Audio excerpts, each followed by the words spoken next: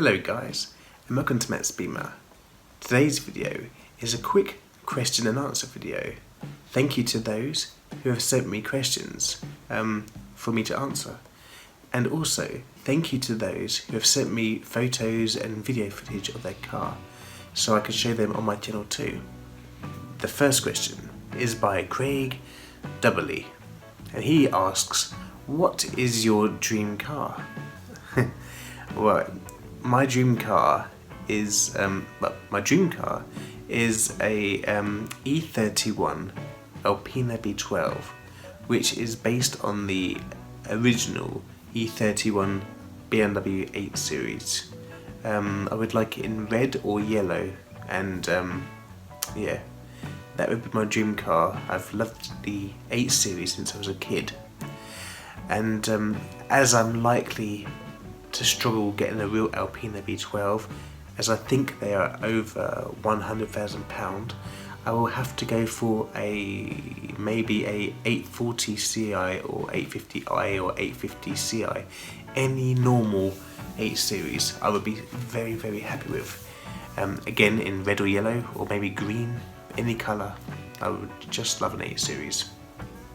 My dad used to have one back in, I think about 1994, I think it was, or 95, and he had a 1992 850i in brilliant red, and when he got that car it was like, wow, amazing. And back then it was his dream car too, but obviously he was able to buy his dream car a lot sooner than I have or will be.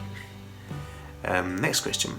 Nadim and EE have asked, what cars have I owned over the years?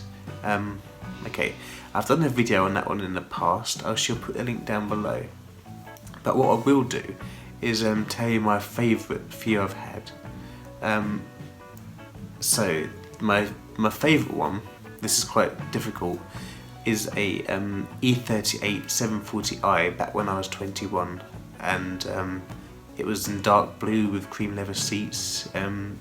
It was old school cool, old luxury. It was very nice. Another car that I loved very much, bear in mind I love all my BMWs, was a 1988 325i Touring in Melchett Green. I think that's how you pronounce it. I was 18 years old, and it was a lot cheaper to insure than my 318 was when I was 17. It was about £695 back about a long time ago. I'm 36 now, and I was 17, so you can do the maths for me. The car that I didn't like that much was when I was 15 years old. I had two cars when I was 15. I had a 1985 318i, which I loved, and the other car I had was a 1989 Ford Fiesta Mark III 1.1L, which had crash damage on the front, and it was a kind of a project car, but I never got around to doing anything to it.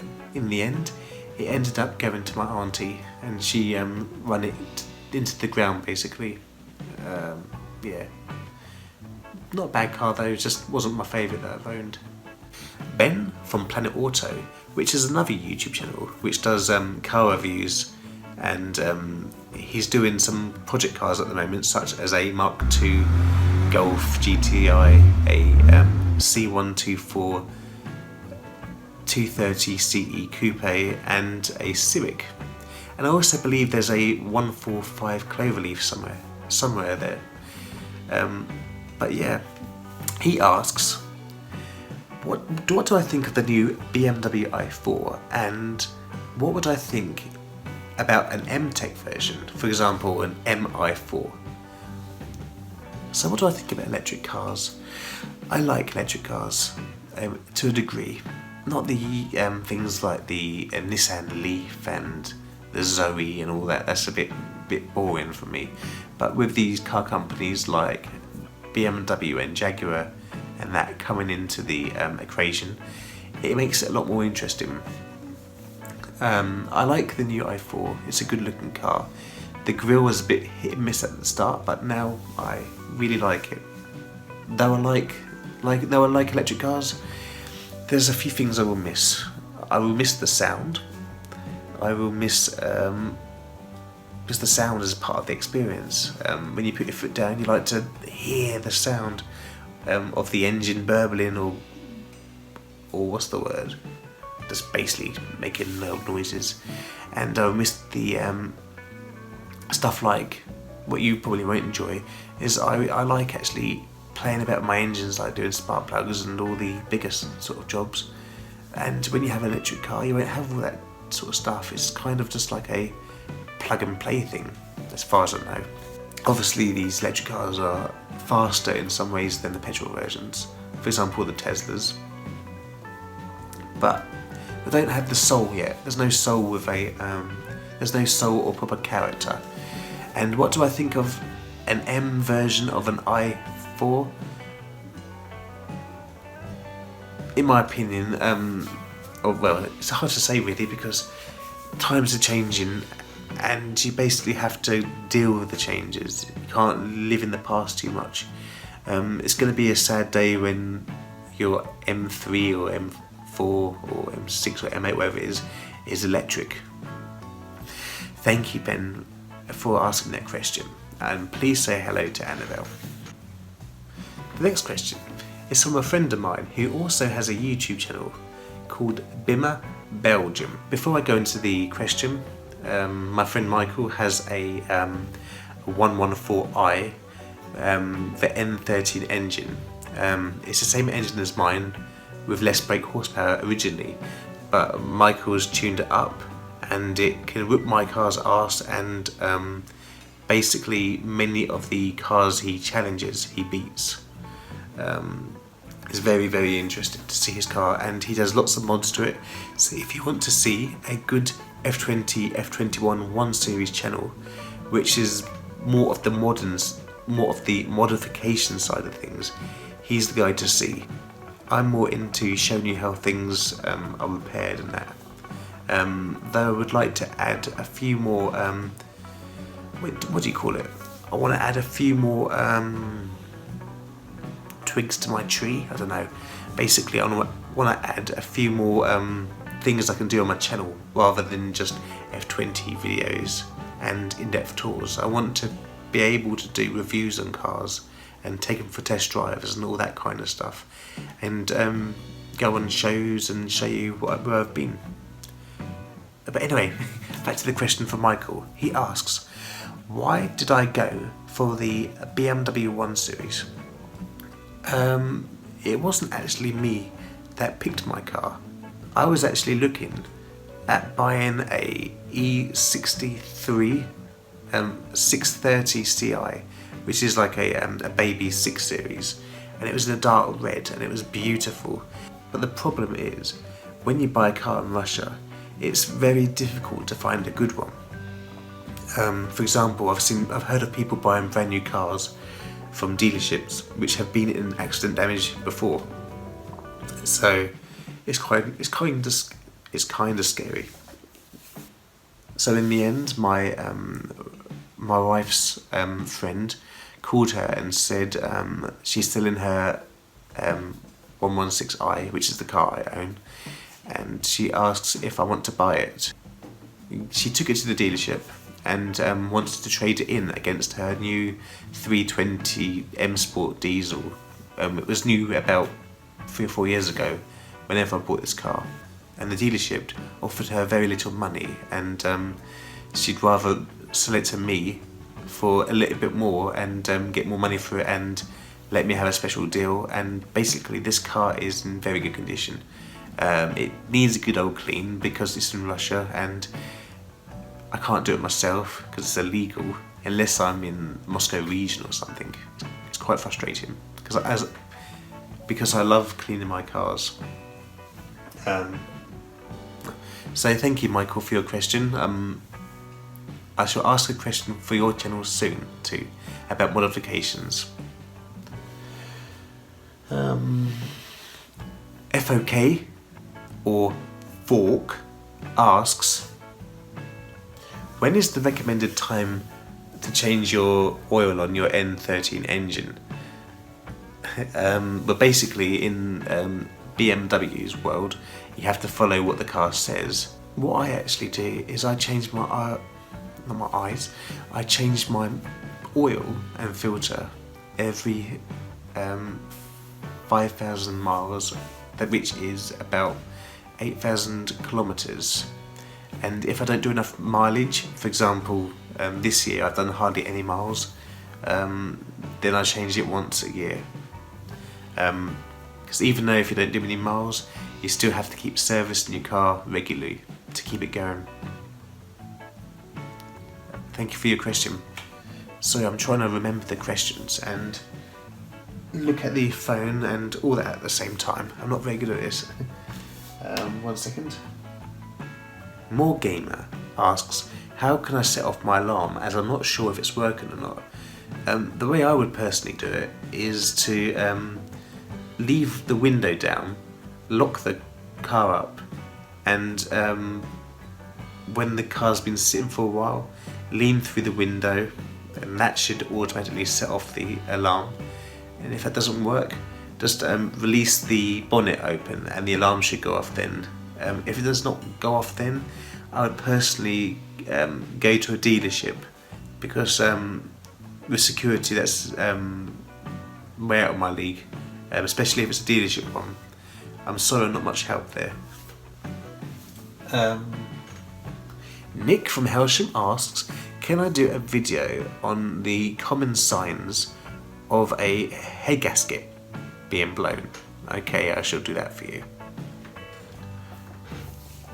Tony from Polgate, hello Tony, he asks, will I be making t-shirts in the future, as he likes my graphical drawings on cars?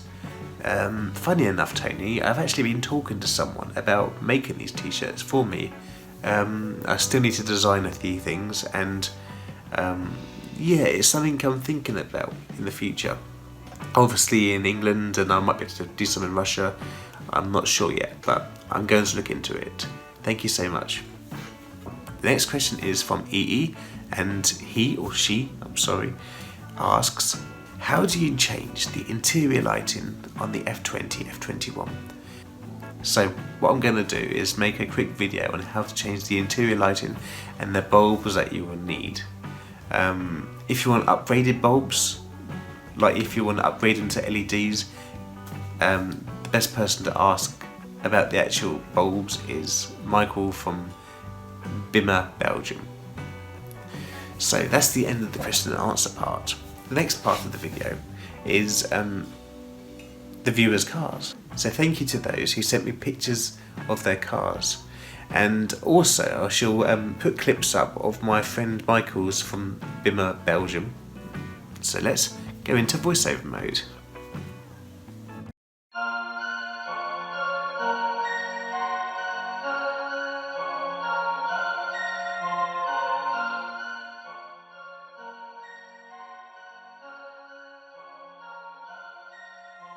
So the first car that's up is from the YouTuber Michael from Bimmer, Belgium. It's an Alpine White 2013 pre-LCI 114i, which was tuned by BR Performance up to 225 horsepower. The car has an in-gen cold air intake and a custom-made straight pipe. It has blistering B12 suspension and EBC heat-resistant brakes. It sits on some sexy Japan Racing 21-inch wheels. It has performance front lip and Mexton design kit all round, with carbon spoiler on top. Some extras are the black line, LED taillights, dynamic blinkers and mirror caps, and he is currently swapping the interior over to the M interior, which should look beautiful. The next few mods are semi-slick tyres, a strut brace up front, a subwoofer and Android head unit. I really can't wait to see what he does next to his M13 114i. It makes me want to modify mine.